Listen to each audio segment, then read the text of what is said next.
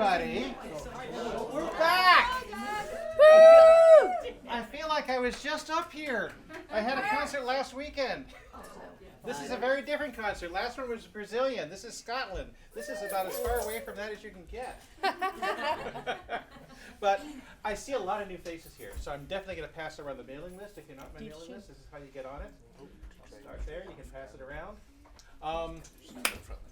Who saw the Aurora last night? Us. How? Okay.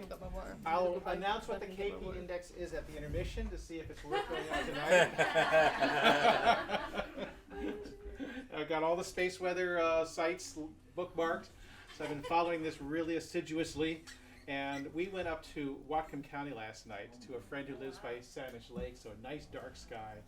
And in fact, that picture on my laptop over there is a 360-degree pan of the horizon. I mean, the entire sky was full. It was amazing. It was amazing being in the dark sky. Oh, sure, rub it in. Yeah. in the city in our backyard going, I think past the light, I think I can see it. You know, I'll tell you, there was only about a 15-minute interval where it was just mind-blowingly, I'm an LSD kind of sky. But, you know, mostly it was kind of, oh, yeah, wow. My phone really looks at it really well. Wow, it's cool with the phone. So there's a lot of that. Coming up, my next concert is right after Fiddle Tunes in July 8th, I think it is. I've got Rachel Bell, Becky Tracy, and Raquel Lacroix. These are leading lights in their individual traditions. Becky and Rachel have a group called Eloise and Company that does amazing music together, French-inspired, a lot of original compositions. She's a box player. Becky, of course, is fiddle. Becky, if you don't know her, she is the fiddler for Wild Asparagus. And Raquel Lacroix is a brilliant Quebecois pianist who's just amazing together. I'm so thrilled to have them here. The week after that, of course, I schedule these house concerts to nice intervals between them, and then somebody I really want gets hold of it. And so that's why Gray Larson and Cindy Callett are coming the week after. So we'll get to have them about 10 days after that. My next concert after that is that's why I took a picture of my screen. Yes. This is concert number 67, by the way. I've got Andrew Finn McGill and Alan Murray, and he's bringing a Uilleann pipe player as well. That's in October, and then November I've got John Doyle and Mick McCauley coming. And it's helpful to have their agent be a friend of mine. And I don't know how I'm going to handle reservations for that one, because I know I could, fill Meany Hall with them. But we'll figure that. I think it's going to. How I'm going to do reservations, because these do fill up so quickly now, is I will announce the date I open RSVPs. You don't have to check your email to see, oh yeah, newsletter come in, 3 days ago, oh well. I'm going to announce, okay, the Taylor Swift concert ticket sales at 8:01. So that's how I'm going to handle it from now on. Okay, from Scotland, these wonderful people doing this harp tour up the West Coast, and they say the West Coast people are so chill. It's perfect harp land. I mean, it's just wonderful to have you. And Ron, who I've been hearing on his guitar, and it sounds wonderful, and I can't wait to hear them together. Let's get some Glasgow-inspired harp juice going here. Yay! Woo!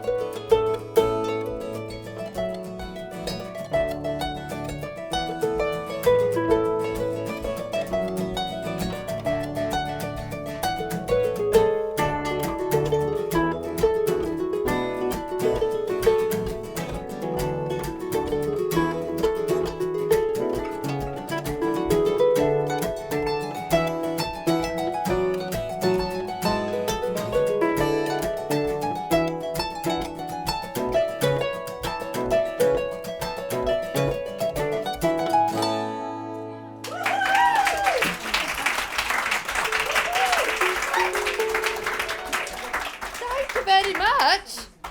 Well, thank you. Hello. More harpy people. Yay. My favourite type of people. In you come, grab a pew. There's a couple at the back there. So, yeah, thank you very much for your warm welcome. We really like Seattle. It's a cool place.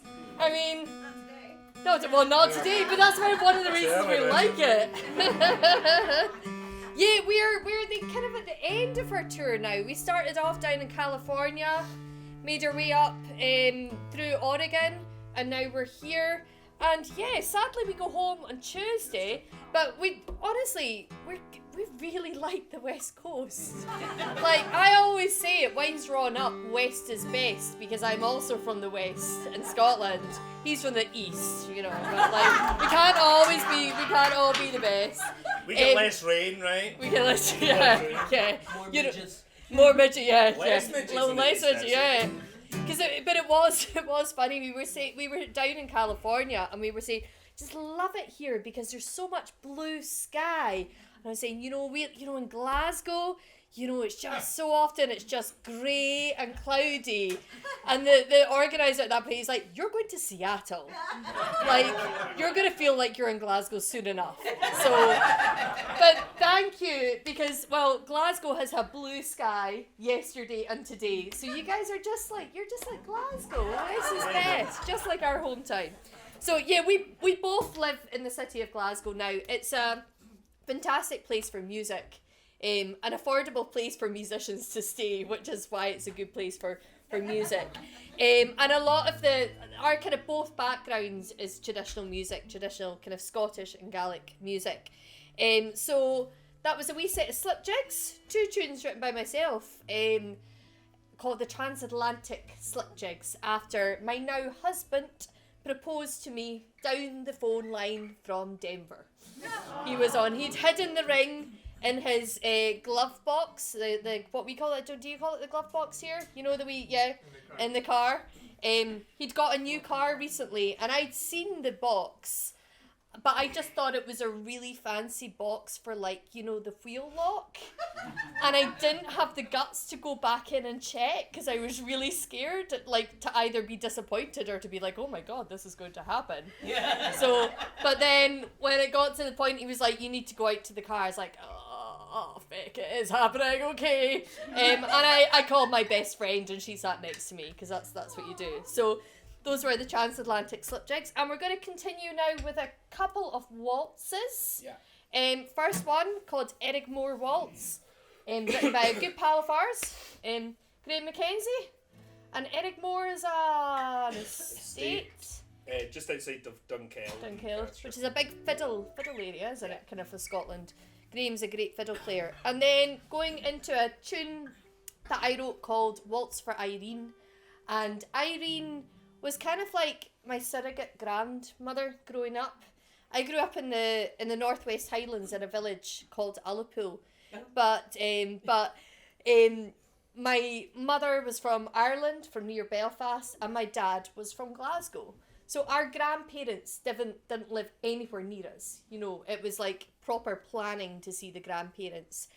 But we had Irene and Sandy, who lived across from the village hall, and they would have us round for Sunday roast dinner every single weekend, and it was just great. She would cook like 2 big things. She would either do like roast beef or roast pork and a steak pie. And not only a steak pie, because I was obsessed with the puff pastry on the steak pie, she would do me a little side just of pastry for me. She was an amazing woman. But the highlight of the Sundays at Irene and Sandy's were after dinner, where me and my younger brother used to get to make choices. Now, like, this is just one thing. You know, when you're young and you kind of name things.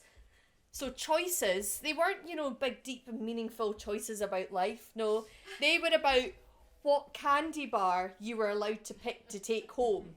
Because on the top shelf of the kitchen cabinet, Irene had a basket full of candy. And you had to choose one large candy bar and one small candy bar. That was really hard when you're 9 to choose, because she had a really good selection. But she was a wonderful woman, and we would just pester her. She would be drinking her cup of tea after Sunday roast dinner, and we'd be like, is it time for choices? Is it time for choices? And she'd be like, my tea is only here. It needs to be here. In 5 minutes, is it time for choices? She's like, no, it's only here.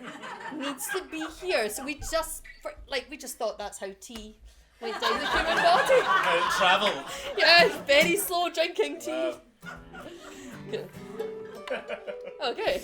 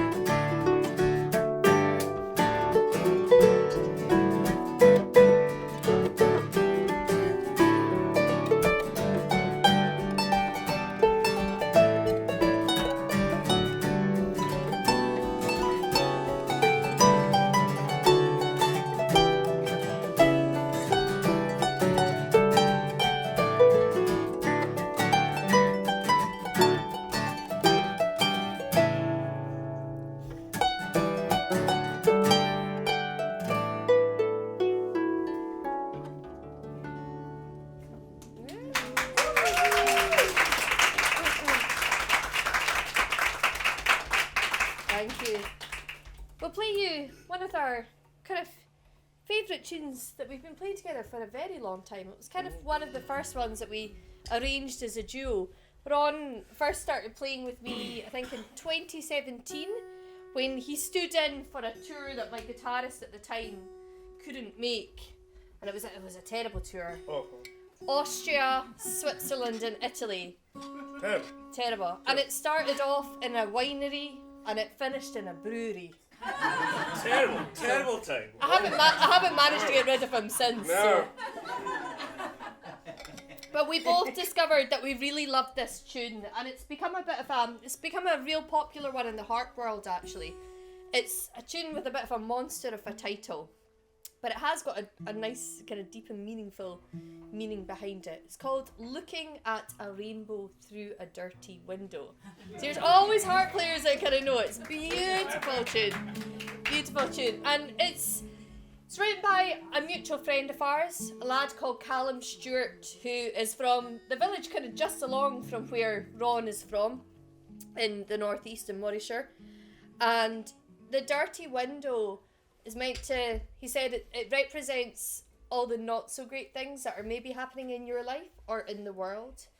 But if you look through the dirty window, you'll see a rainbow. There is something always positive to hope for. So we played this at KVMR Celtic Festival on Saturday when they were in the middle of the biggest rainstorm for like 40 years. And they'd put all hands on deck to move every outside stage inside. And we kind of said, we did the intro, and we were like, maybe if we play this, it will stop raining, because it was bucketing. And it stopped raining because it started to snow. It's not quite what what we were going for. But it was a lovely moment, because everybody just started going, oh my goodness, out the window, and we thought it... New tune title is about to... Yeah, and we were like, oh, okay. But, yeah. Okay. 1, 2.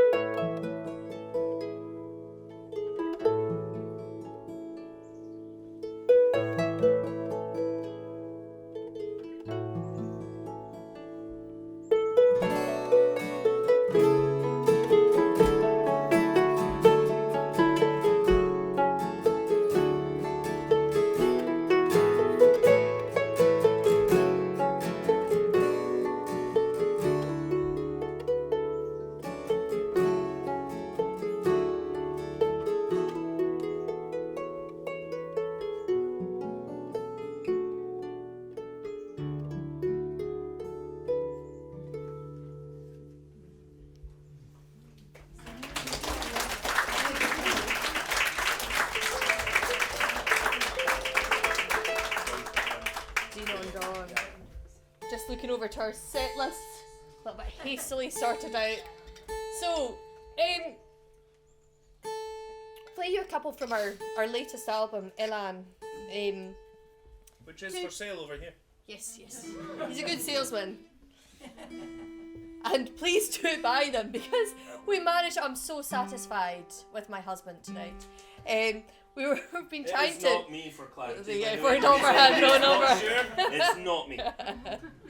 We've been trying to fraudulently break the chip and pin tap systems of the US, because you can't get a Venmo account unless you live in the US, and you also that's really cool. Now you can use your phone to tap, to pay, which is really really good. Except not unless you live in the US. So we've been trying to break the system, but kind of legally as well. So because my husband has a social security number, turns out we do too now because they got delivered today to our agent in New York. So we're legal. But he managed to kind of sort it out on his phone, and we've got the login now that we can take card payments. So we are tech ready. Paperless payments.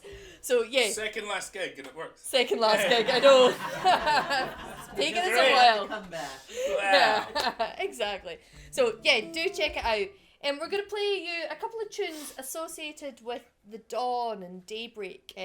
First tune I wrote is called Dinon Dawn, and I wrote it after attending a wonderful harp festival in Dinon in Brittany in northwest France. And it's a wonderful harp festival, apart from the fact that the classes start at 9 a.m. in the morning. So I'm always dragging my harp through the streets of this beautiful medieval town, which is usually bustling with tourists, but that time of the morning it's just got a special peace about it. So we wrote Dinon Dawn. And then the second tune is written by the late Tom Anderson. And Tom Anderson was one of, kind of the Shetland Islands, the most northerly part of Scotland, their most prolific fiddle player and tune writer of the fiddle tradition. And Tom has written many tunes, he wrote many, one of which is a beautiful tune called Das Locket Light. Some of you might know. It's probably his most well-recorded tune, and I was wanting to publish it in a harp sheet music book. I knew that I needed to get the publishing permission from the Shetland Heritage Trust. So sent out a few messages to people I knew to see if they knew who I should talk to. And I eventually got in touch with my pal Davey, and he sent me a message and he was like, well, it's Charlie who's in charge of the Shetland Heritage Trust. But Rachel, he doesn't do email. You're going to have to phone him. Now, I'm a millennial. We don't do phone calls. We hate phoning. You don't do phone. I really don't like don't. phoning. And I was like, oh my goodness, I got to phone this guy. So, phoned him up. He wasn't in the first person, but his wife said... Is on your phone? What's that? You know where the phone call function is on your phone? No. No, I use text all the time. Yeah, you It's don't. so bad. Yeah, it is. And anything that comes in, we just let it go to voicemail. It's terrible. But I phoned him up and eventually caught him in. And he was like, oh, and I was like, oh, I'd just like permission to publish this tune, this Locket Light. And he was like, ah. And I was like, oh, okay, maybe this isn't great. He was like, that tune. And he was like, Tom wrote hundreds of tunes. He wrote lots of lovely tunes. And everybody wants to bloomin' record and publish that one. And he said, I'll give you permission to record or to publish it as long as you check out this other one. And he said, look up Daybreak. I think it will sound lovely on the harp. You've got to promise me you'll do that. He was like, it's in this book. And I eventually managed to get a copy of the melody for this. No, hardly anyone's recorded it. And yeah, Charlie was right. It was worth the phone call. It's a beautiful tune in the harp. So this is Dinon Dawn and Daybreak.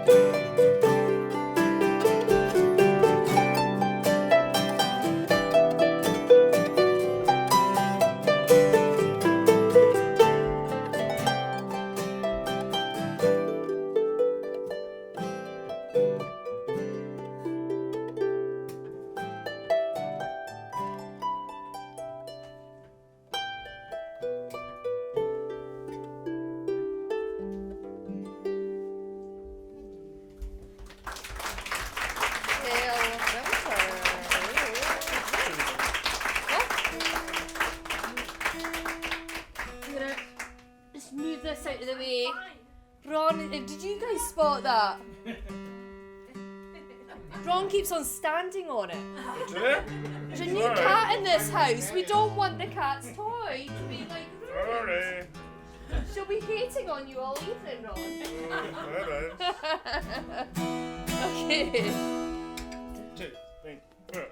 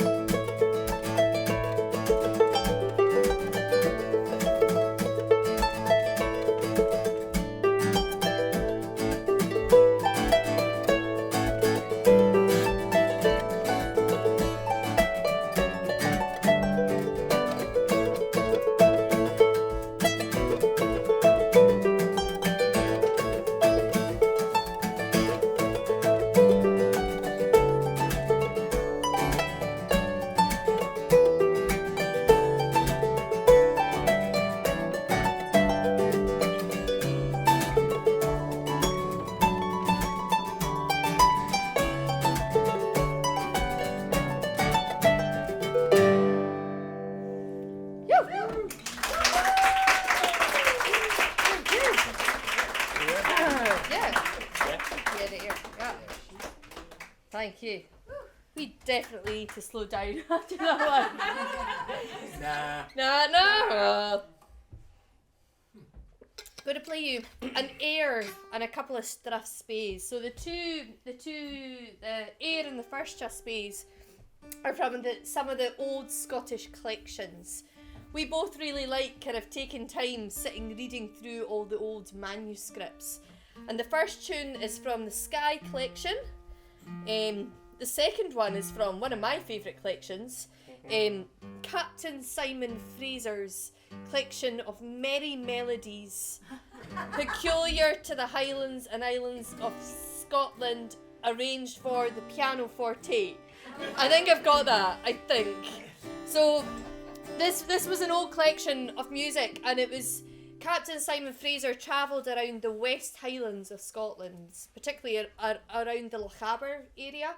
That's where Ben Nevis is, the tallest mountain in Scotland. And he took time to notate down on music manuscript the melodies that were being sung and being played by the local folk out in the croft houses, etc. And it was published in a selection of booklets, and then later republished in a book, and then republished again later. So it's been a great source of material for us over the years.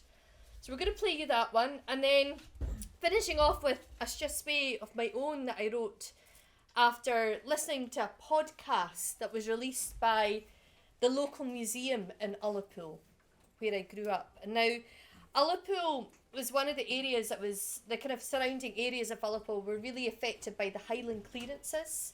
This is when they cleared the land in favour of sheep, because sheep made more money, apparently. And the local museum has been doing a lot of research into a community, a kind of croft house community south of the village, just on the shores of Loch Broom, called Balblair. And this was an area that was cleared during the Highland clearances. And there was some great stories on the podcast, and one of them was just cracking. It had to have a tune named after it. Balblair was known as a place where they used to distill illicit whiskey.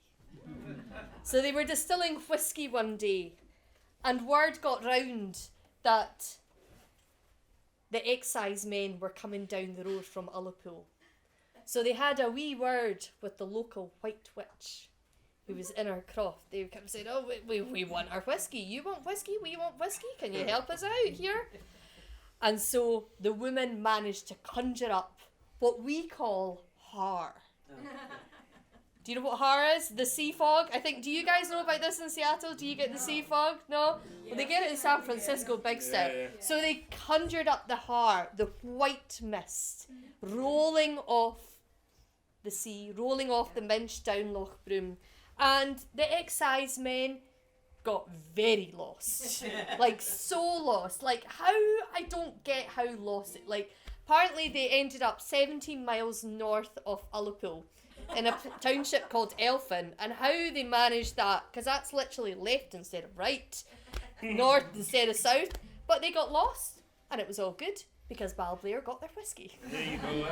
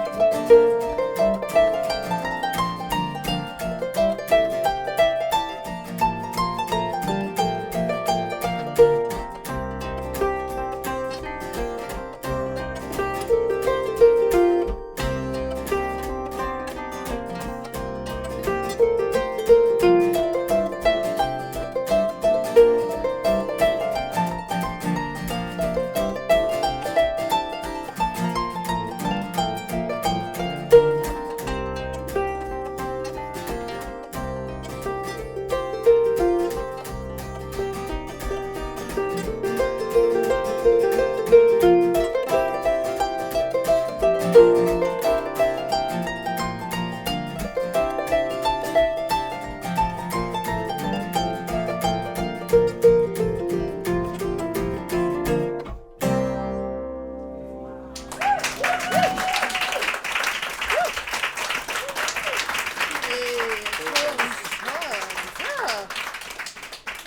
you. So we'll just play one more for you before you can have a wee glass of vino and cider, which is like not hard cider.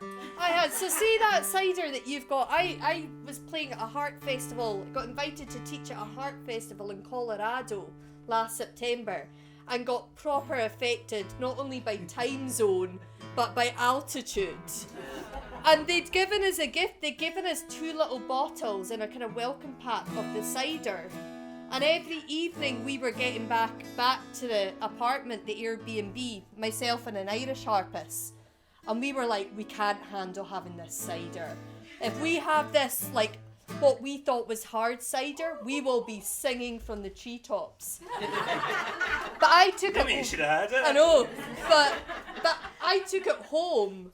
And then, like, we had it in our fridge for ages. And then a few weeks ago, I was just like, oh, sure, I'm going to have that cider from Colorado. Yeah, it turns out it's just like apple juice. I was just like, we so could have just had that and it would have been really refreshing. But yeah, it's lovely stuff. You never know. You might have, your brain thought it was hard. I know, and it could have gone very wrong. So, yeah, have a wee look. We'll be at the CDs, testing out the new card reader on my phone, and do socialise with each other as well, because that's what it's all about, these house concerts. We can go outside in the back. Perfect. It's really pretty out there. Yeah, Lovely. nice one. Okay, polkas. Let's do it. 1, 2, 3, 4.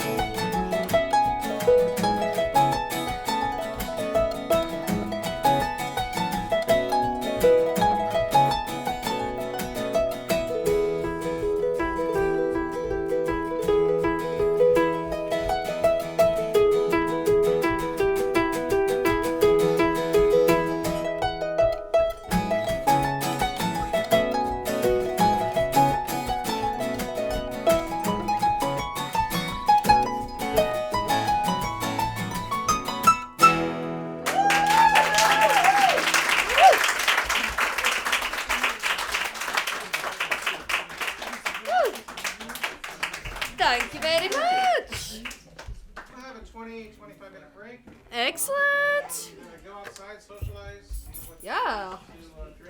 Put that there. Buy CDs in good time. I see these. Exactly. Yeah, see, you're on our side. It's good. And Patsy, they're really good pals of mine. Oh my god. Yeah, they're like, yeah, they're awesome. Yeah, Phenomenal. yeah. They help organise the Edinburgh Harp Festival, and I'm on the team as well. They're great people. So for some reason, the NASA Auroral Activity Site keeps timing out. Really? I wonder why. It was milky. The KP index is going down right now. It looks like the activity is not as strong as it was. We're still in a G3 storm, which is still a big deal. Last night was a G5, which we have not had in over 20 years. So so tonight you will probably see Aurora if off in the north doing stuff. It won't be psychedelic like last night, but it's still could be. And we don't know what's going to happen because I heard someone say chasing auroras is like predicting a rainbow. You know, you don't know when it's going to fire up. You know, if I get up in the middle of the night, I'm gonna go outside for sure. I'm gonna see what's going on because who knows. So, good tuning. That happens okay. a lot with you, doesn't it? Yeah. It does. I'll tell you, most of the artists I have come through here, I know or know their music. These guys came cold. I had to look at their videos and see, well, they're really cool what they do. Let's try them out. And what I'm observing is these are masters at their craft, both of them. I've never looked so hard at a harp player trying to figure out what's going on. And what I think I see is that she's racing down the highway at 75 miles an hour, but her vision is about a mile ahead of her with what she's about to have to do and doing all that stuff at the same time as she's in the moment. And Ron is so, your facility with your groove and where you go on that neck is just astounding. Thank you very much. I am watching that and going, my word, do I have any understanding what's going on even though I play this instrument? What is happening here? So I am in awe of the power of these two, their technical ability and their groove. They are so connected. They are in the moment. The music is wonderful. Let's hear more of it. Thank you. Oh, one last thing. We got a fella here. Steven lives in the South End by Skyway. Anybody driving south of Seattle tonight? Nobody from South Seattle? South End. Okay. South End. Okay. Wait. Oh. She in? Yeah? Skyway? Not Skyway, but I know where it is. Give me a ride. Get him halfway. Where is it, Alan Skyway? At the top of the hill? Yeah, near the library, Okay. near the Skyway library. As I said, let's get some music. Yay! Cool. Thank you very much. Yeah, thank you. And huge thank you to Seamus for recommending us. We've never been booked so fast in our life for a gig. Honestly, trust your judgment. Seamus is an amazing Gaelic harp player, so He says about who to bring here. yeah, very much appreciated. Aye. Well, we will play you a couple of space. Some pieces of tunes which are originally Gaelic Purshtabile, so mouth music. Now, if you were at the workshop with me today at Dusty Shins, we did a piece of mouth music called Falavin Skipulta, which talked all about a lad who was just dressing well to go out on the pool, as we would say in Glasgow. He was he was going to see Isabel, but he really wanted Sheila. But he was not interested in Peggy, who's William's youngster. So, yeah, it was all about the women. And so the first tune here is called Redford Cottage. Fantastic 6/8 pipe march. And then into two tunes, Dance Who Can Dance at Allen, which is Dance Alan Dance, commanding everyone called Alan to dance. You will dance. The last tune is Ron's favourite one. It's called Stillin Him Buntatasim. It's the most deep and meaningful thing that we play in our set because it means I like potatoes and butter. Just say. And that is what Ron likes. It is, yeah. Yeah, although we've not had any on tour, we're going No, to not need to yet. find some potatoes and butter. Could be tomorrow's job. Could be tomorrow, sir. Right. Right. 2, 3, 4.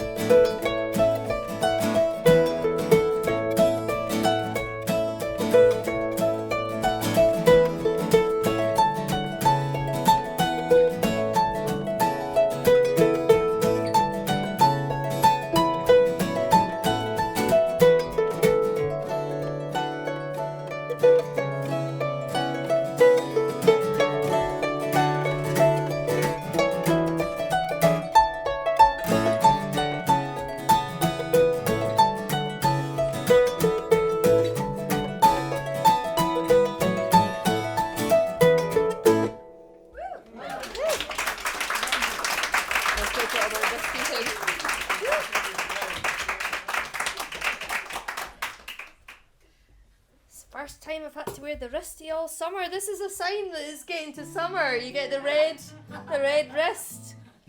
Painful, but I like it because it just means, yeah, nice warm weather. Rare occasions that we have to wear that in Scotland.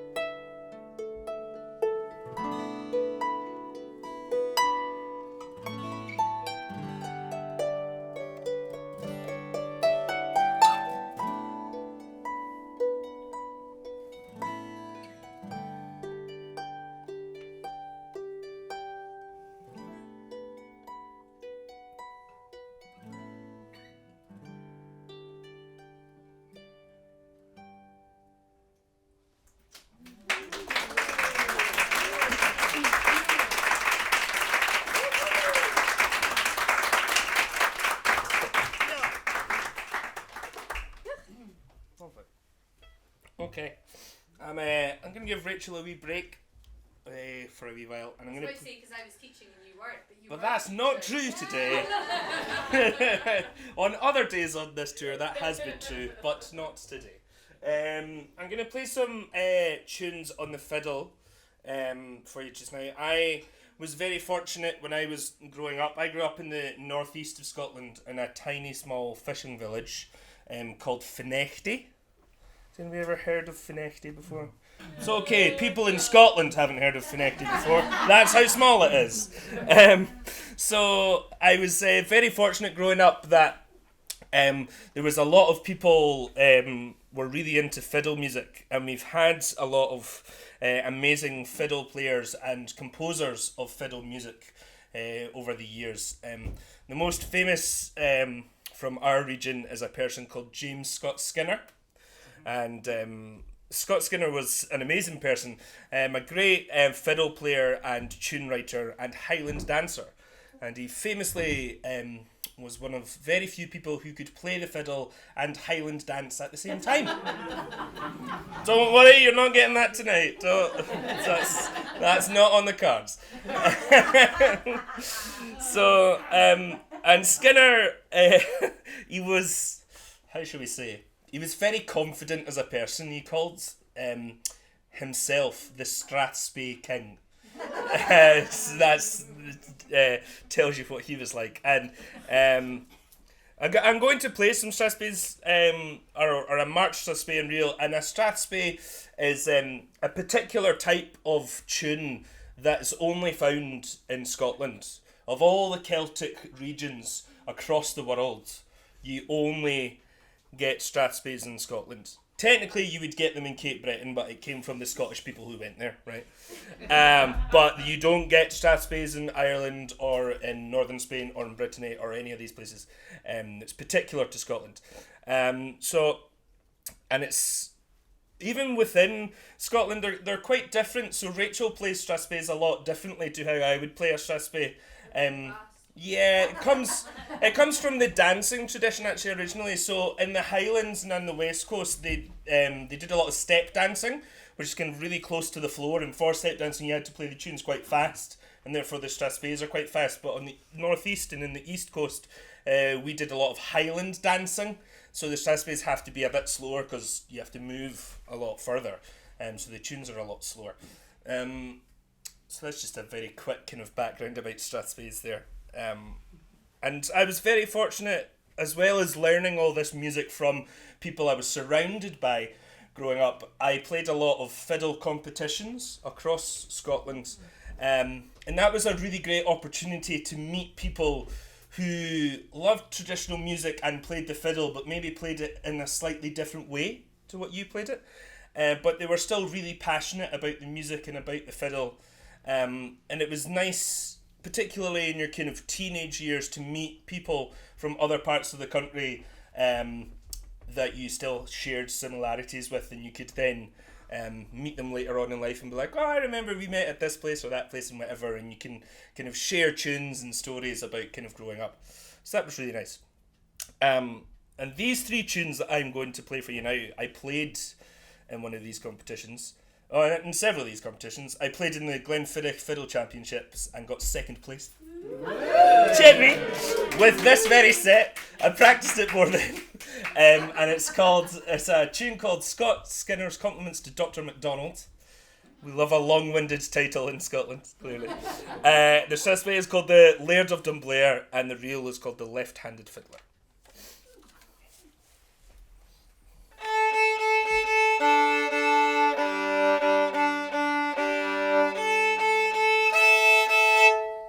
It gets better. Honestly.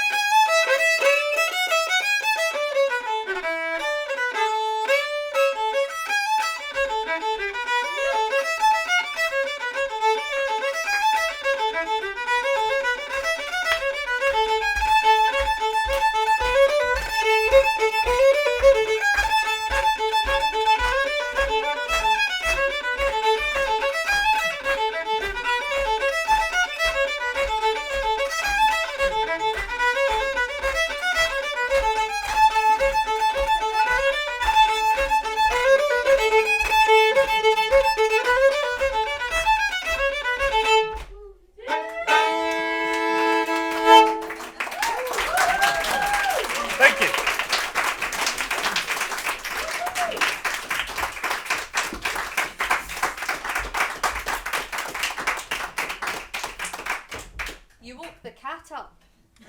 Really does not like you. First her toy, yeah. you woke her yeah. up from the slumber. Alright. We'll put her to sleep with the next one. Oh, yeah, okay.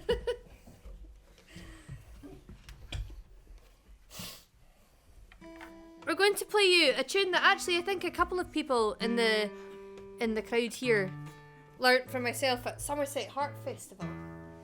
Somerset Harp Festival is not in England. I keep on saying to folk in like at home, they're like, oh yeah, I'm going to Somerset Harp Festival, and they're like, nah. And thinking it's just like the south of England. It's like, no, Somerset, like America. And they're like, oh, okay, there's a Somerset there. But yeah, a fantastic festival on the east coast. I'm going to be there again this summer, and this is one of the tunes I taught. I think can't remember what the class was called. Wasn't Wistful Waltzes, because I'm doing that. I like a course with alliteration. Satisfying tunes or something like that. Super satisfying. I don't know. Can't Don't know remember. why you're looking Yeah, at me. I don't know. I have no idea. But it's a tune that came about after we were fortunate enough to spend 6 weeks in New Zealand touring in 2020.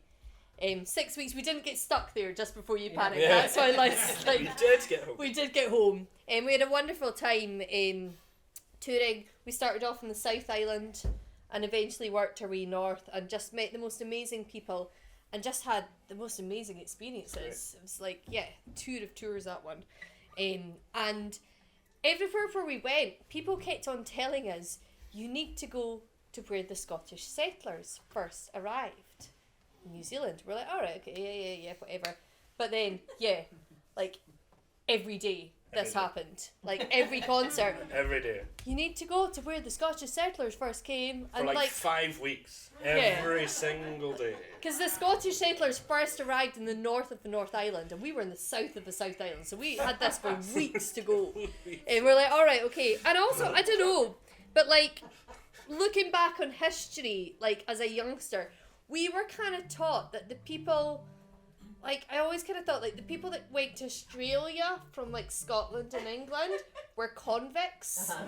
You know what I mean? So it's like, I don't think I want to know about where, like, Scottish people were jailed in New Zealand. Yes. Why did we send them to the other Why? side of the world? Yeah, Like, how bad were they? Yeah, how bad were they, and how bad our human rights were that we sent them all the way over there. Terrible. But yeah, we were like, alright, okay. And then after, 5 weeks of this, we thought we'd better, like, actually go and see where the Scottish settlers first arrived. And it turned out it was this place called Waipu, which is in the north of the island. And we're like, alright, cool. Took a wee detour on one of our days up there.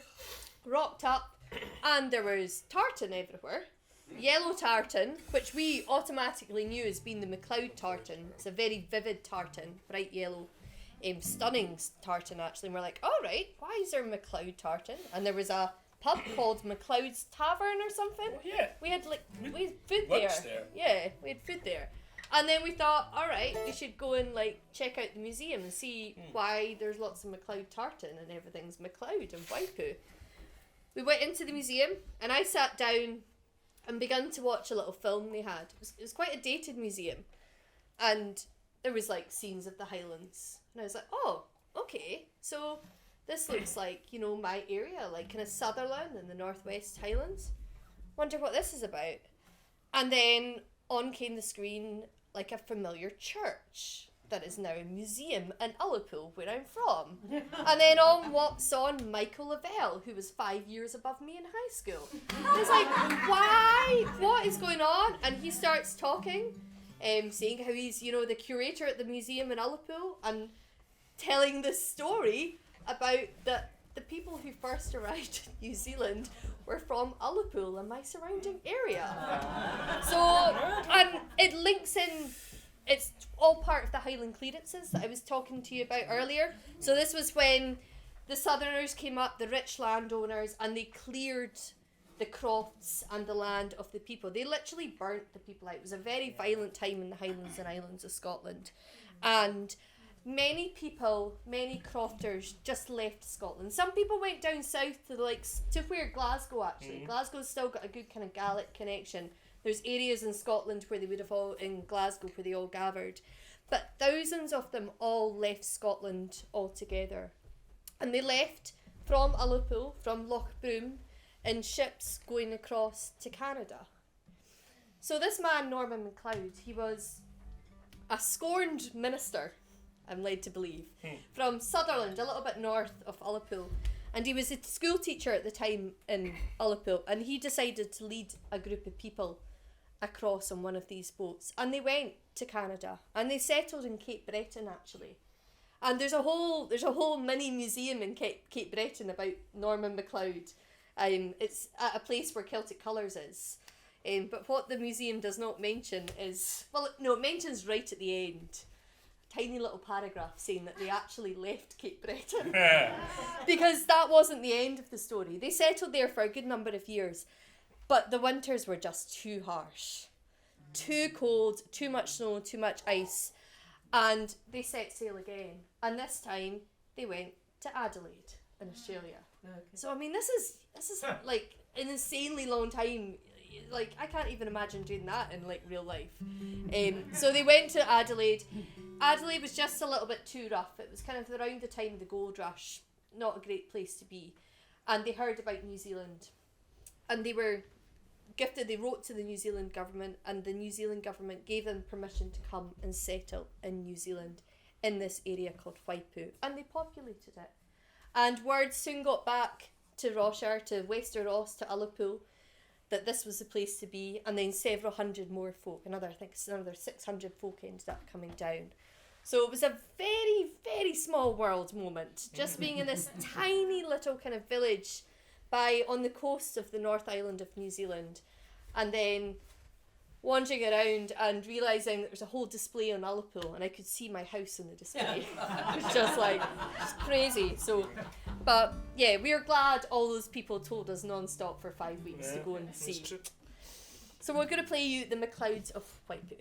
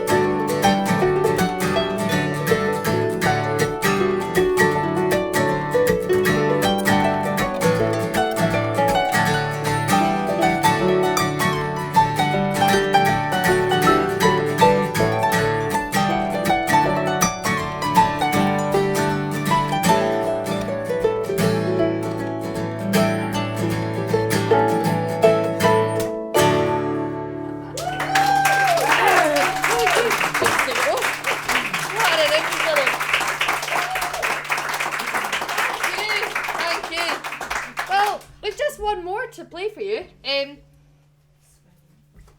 But thank you all for coming out. We love that house concerts are a thing here in the US. We just don't have big enough houses in Scotland to be able to have them. So, got the odd castle. Yeah. One of my pals does 2 house concerts in her castle. Yeah, like honestly, she just, yeah, it's just that's just them. Quite the person. But thank you, huge thank you to Doug and Robin for like hosting us. Really cool. And we've had a wonderful day at Dusty Strings with Ray and Molly and everybody. I don't play Dusty, but I have a Dusty pickup. And Ray, if you look at the back of my harp, there's just string buttons all the way down.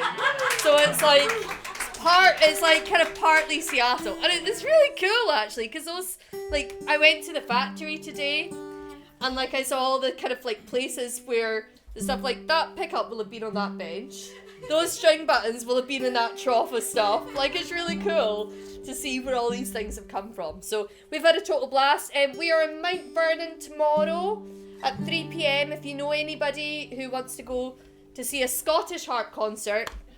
It's a really awkward situation, as in there's an Irish harp and guitar duo, very well known, where there's only 2 guitar and harp duos touring right now from Scotland and Ireland. We're both playing tomorrow, 16 miles apart at 3 p.m. Oh, and we know they'll be laughing about it as well. It's just one of those things. But we've had such a blast here in the West Coast. We will definitely be back. Like, yeah. No doubt about it. So, yeah. We'll play you some jigs to finish off. You're welcome here when your movements are. Oh, yay!